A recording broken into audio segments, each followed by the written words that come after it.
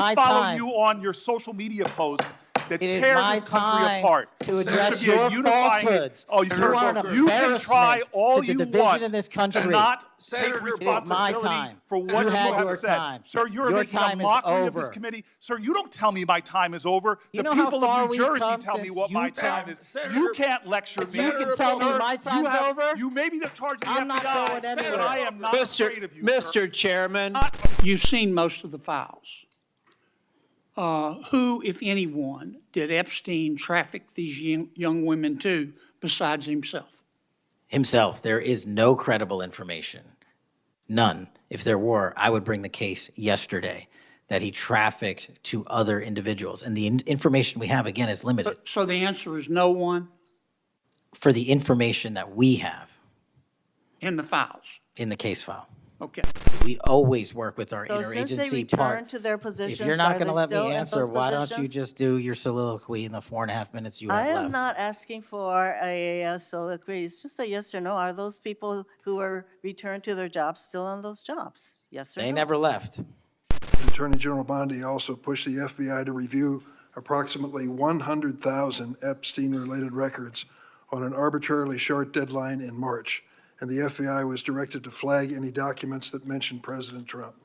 Nothing came of that review until July, when DOJ and FBI released an unsigned memorandum stating there is no incriminating client list. Why was this July 7th memorandum unsigned? Would you prefer I've used AutoPen?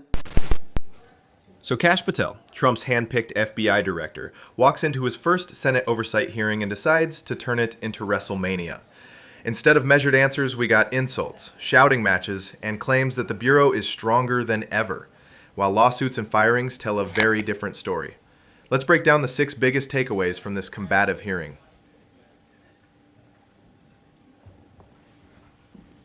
People, agents, because they participated in investigations of the president. I don't receive directions to do that. Has anyone I make the suggested decisions. it? Has anyone asked you to do it? The best information is, yes, you've taken suggestions and direction from the White House in firing qualified agents. Any termination at the FBI was a decision that I made based on the evidence that I have as a director of the FBI, and it's my job, and I'm not going to shy away from it. A lawsuit filed by fired FBI official Brian Driscoll directly contradicts Patel. Driscoll alleged he was told his removal was because, quote, the FBI tried to put the president in jail and he hasn't forgotten it. That phrasing strongly suggests political pressure, not an internal performance issue. If Patel is misleading Congress under oath, that's perjury territory. More broadly, it suggests the FBI has morphed into a tool for Trump's political vendettas, a transformation echoing Nixon's enemies list days. And as you stated, those are allegations, and that is an ongoing litigation. So they'll have their day in court, so will we. Patel's fallback to ongoing litigation is legally safe, but politically evasive. Courts move slowly. The Senate wanted transparency. Instead, Patel bought himself time. His evasions may preserve him legally, but politically, they feed the narrative that Trump's FBI director is stonewalling oversight, just like Bill Barr during the Mueller fallout. But the only way, generally speaking, an individual is terminated at the FBI is if they have violated their oath of office, violated the law, or failed to uphold the standards that we need them to have at the FBI. Firing patterns show many involved in January 6th or Mar-a-Lago investigations, suggesting political motives. Raises the specter that investigations into Trump himself are being systematically dismantled. Any termination at the FBI was a decision that I made based on the evidence that I have as a director of the FBI, and it's my job, and I'm not going to shy away from it. Former DOJ official Emil Bove and Stephen Miller were both reported to have pushed for broad FBI purges. Patel saying it's his evidence, his call, downplays these external pressures. If career agents were dismissed for political loyalty tests, then the FBI's credibility in court cases from January 6 to Mar-a-Lago could be shredded. Defense attorneys will argue investigations are partisan, undermining prosecutions. The allegations are not just in that lawsuit, Director Patel, and I think your testimony confirms that, in fact, you've taken direction from the White House in those retaliatory firings. It literally does because not. You've acknowledged that, in fact, they have been in contact with you about personnel decisions. The White House has been, do not put words in my mouth, we're on the record. The White House, like any administration, contacts its agencies on the budgeting process and where it needs personnel and where the mission priorities are. That always happens. If they didn't do that, they would be abdicating the responsibility to law enforcement. I will always work with my partners in the chain of command at the Department of Justice and the White House to ensure that this FBI is delivering the results we are delivering, to include the lowest murder rate in modern U.S. history, to include the most fentanyl seizures in modern U.S. history, to include the most lives saved and the most children found in modern U.S. history. That is a working FBI. That is not a failing FBI. Let's move on to... You admitted in this hearing to Senator Coons that it would take 14 years to fill the vacancies at your agency. Many are the result of your purge. 20% of FBI agents are doing low-level immigration enforcement. FBI reports confirm staffing shortages across counterintelligence, cybercrime, and election integrity units. Booker is correct. Patel's firing spree has left gaps in core national security functions. If it takes 14 years to recover, America is effectively flying blind on foreign election meddling and public corruption. That benefits adversaries abroad, and Trump politically at home. I'm not going to mince words. You lied to us. In the short time that you've been FBI director, you've presided over a rash of retaliatory firings. 3 FBI agents have recently sued you. They are FBI agents with 60 years between them of distinguished service. At Patel's confirmation, he promised all FBI employees will be protected against political retribution. Since then, at least 18 field office heads are gone. That's not routine turnover, that's structural decapitation. This signals to every remaining FBI agent: loyalty to Trump outranks loyalty to the Constitution. Historically, this mirrors J. Edgar Hoover's FBI, but this time with Trump as the shadow director. Are you testifying today that you never terminated anyone at the FBI, in whole or in part, because of a prior case assignment? No one at the FBI is terminated for case assignments alone. Well, I'm asking about you, Mr. Patel. Did you, in whole or in part, terminate anyone at the FBI because they worked on the Trump investigation or because they worked on January 6th? No one at the FBI has been terminated for case assignments alone. Schiff pressed Patel on why agents from January 6 and Mar-a-Lago cases are disproportionately gone. Patel dodged with alone, which tacitly admits assignments factored into firings. If agents know working on politically sensitive cases could end their careers, they'll avoid them. That's chilling, and it creates blind spots in investigating Trump world. Because they had been assigned or worked on an investigation of Donald Trump or January 6th. FBI yes employees are only terminated yes if they or no, fail Mr. to uphold Patel. their oaths of Yes office or no? and duty. You're not at the answering my FBI question. I don't have to answer your question yes or no because you're setting up a trap so you can have a media narrative. I'm not setting up a trap. And I'm not giving it to you. Unless it's true that you fired people. People have been terminated at the FBI who failed to uphold the standards that the FBI requires them to uphold. Did you tell anyone at the FBI that all FBI employees who they identified who had worked on cases against President Trump would be removed from their jobs? Did you tell that to someone at the FBI? Say that I would remove people for case assignments? That people that were identified as having worked on cases against President Trump would be removed from their jobs. Did you tell that to someone at the FBI? People are not removed Just for case answer my assignments. question. Just answer my question. Did you tell that to someone? People are not removed for case No, assignments. you're not answering my question. And I would Mr. never Patel, tell anyone. Did you tell someone at the FBI? Have you asked, under the polygraph test, about individuals' loyalty or about their voting records or any kind of past statement? Just to make it abundantly clear, I don't tell the professionals how to conduct polygraphs or what questions to ask. They make those decisions. And I, as the director of the FBI, never ask anyone who they voted for. The New York Times reported that agents were asked in polygraphs whether they had spoken negatively of Patel. Patel denies, but multiple whistleblowers back the reports. If true, this makes the FBI look more like an authoritarian security bureau than a U.S. law enforcement agency, echoing Cold War loyalty oaths. And my question to you is it now the policy of the FBI to ask agents who they voted for, and since when is who agents voted for a proper question for the FBI to ask? Taking those in reverse order, it's not a proper question, and it's improper to allege that I'm doing that. And also, at the FBI specifically, under my leadership, we do not ask who you voted for. And just one correction for the record, if I may, Senator, it's Security Division that runs background investigations, not HRD. Fired Agent Brian Driscoll testified he was asked about his voting record during Trump's transition vetting. Patel may not have asked directly, but the culture under his watch enabled it. Even if Patel skirts direct blame, the FBI risks losing court credibility. Defense lawyers can argue evidence is tainted by political loyalty tests. Whatever those investigations are, they're ongoing, and I'm not going to get into those. Have you used polygraphs to determine loyalty of agents? No. Have you committed that you will respect the First Amendment rights of agents? I have wildly committed to respecting the First Amendment rights of agents, but at the FBI, you have to balance your First Amendment rights with your mission. Do you think they're stupid? No. I think the American people believe the truth, that I'm not in the weeds on the everyday movements of you're inmates. not in the weeds? What I am doing is protecting this country, providing historic reform, and combating the weaponization of intelligence by the likes of you. And we have countlessly proven you to be a liar in Russiagate, in January 6th. You are the biggest fraud to ever sit in the United States Senate. You are a disgrace to this institution and an utter coward. I'm not surprised. I'm not surprised that you continue to lie from your perch and put on a show so you can go raise money for your charade. You are a political buffoon at best.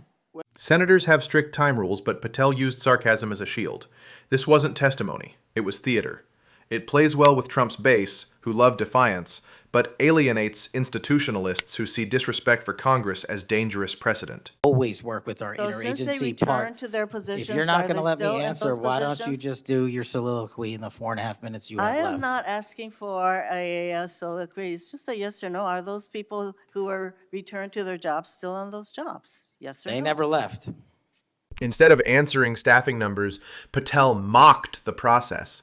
Exchanges devolved into theater rather than accountability. You want to say anything? Yes, sir.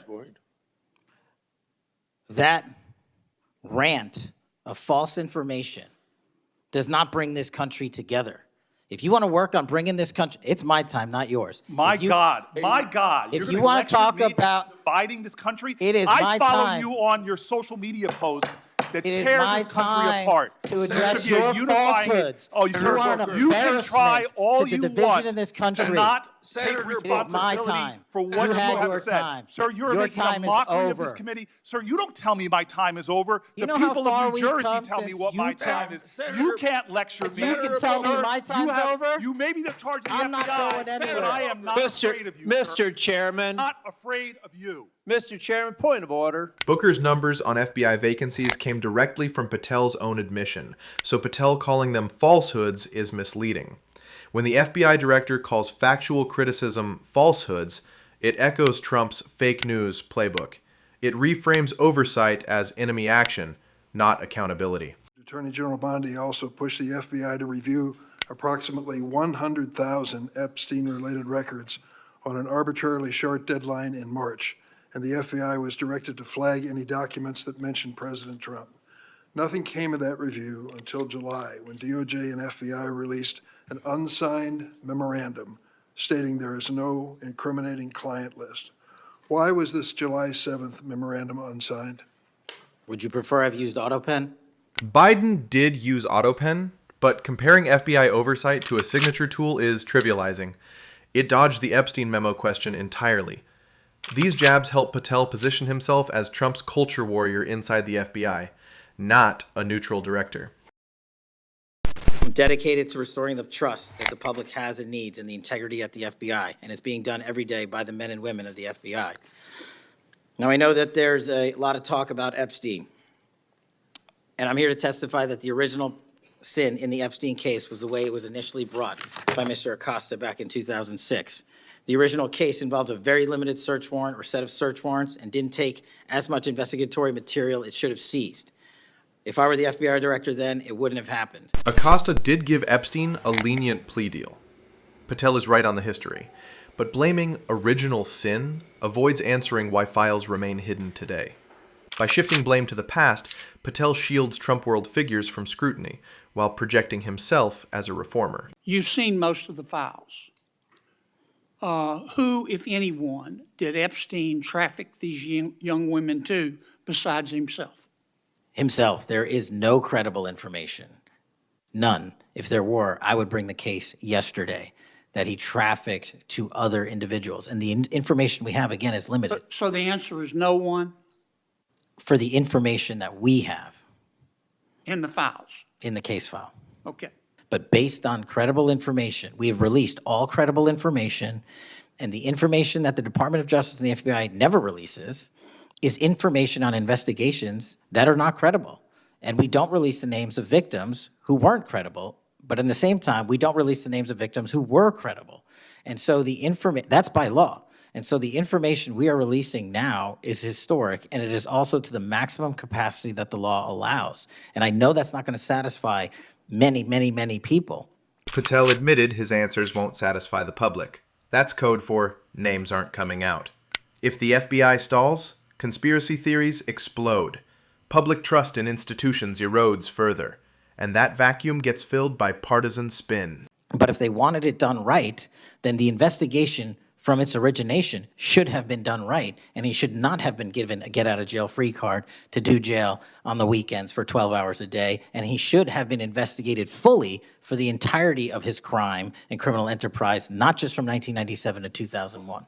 True, Epstein's crimes predate 2001. But Patel frames this as a past failure, not his responsibility to correct it now.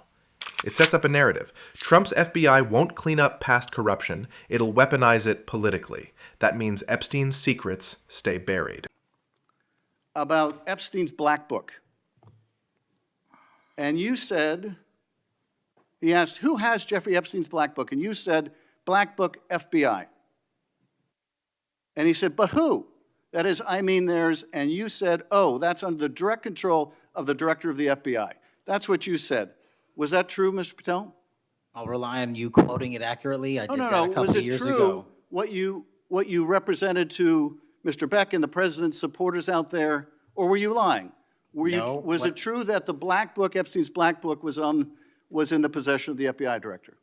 The black book was in the possession of the FBI. Okay, so now that you're the FBI director, you have possession of the black book, right? That index has been released. So you have Jeffrey Epstein's black book? What is known as Jeffrey Epstein's black book has been released by us. Unfortunately, it has been leaked that there was a Discord chat, and for those unfamiliar with it, it's a gaming chat room online that the suspect participated in. So what we're doing, we've already done, is serve legal process, not just on Discord, so that the information we gathered is sustained and held in a evidentiary posture that we could use in prosecution should it be decided to do so. And we're also going to be investigating anyone and everyone involved in that Discord chat. Okay, very good. I see the public reports that... Reports confirm a Discord server existed where the shooter expressed violent intent. But Patel's sweeping anyone and everyone language raises red flags about overreach, especially given his record of politically motivated firings. It opens the door for mass surveillance of online communities under the guise of security, risking another FBI credibility crisis. That is the FBI working with the public as I promised, being transparent and providing critical information along the way in the manhunt for the suspect and suspects involved in Charlie's assassination. We received over 11,000 tips in the first 24 hours alone. We received 16,000 submissions to our digital media enterprise and tip lines. That is a large number of material to go through. That volume of tips mirrors past high-profile cases like the Boston Marathon bombing. The question is whether the FBI has the manpower to sort signal from noise after Patel's purges. An overwhelmed, understaffed FBI may miss real threats, ironically making future violence harder to prevent. With the Charlie Kirk assassination added to the mix, the hearing painted a troubling picture. An FBI director who shouts down senators, purges staff, stonewalls Epstein files, and now wields a national tragedy to expand surveillance powers. Kash Patel's FBI isn't calming fears, it's deepening them. Whether it's firings, Discord chats, or Epstein's ghosts, the question isn't if Patel is bending the Bureau to Trump's politics. The question is how far he's already gone. But here's the thing, Mr. Patel. I think you're not going to be around long. I think this might be your last oversight hearing. Because as much as you supplicate yourself to the will of Donald Trump and not the Constitution of the United States of America, Donald Trump has shown us in his first term and in this term, he is not loyal to people like you. He will cut you loose. This may be the last time I have a hearing with you because I don't think you're long for your job. But I'm going to tell you this. I pray for you. I pray for you that you can step up and defend your oath, defend the Constitution, and do a much better job of defending this country. Thank you, Mr. Chairman.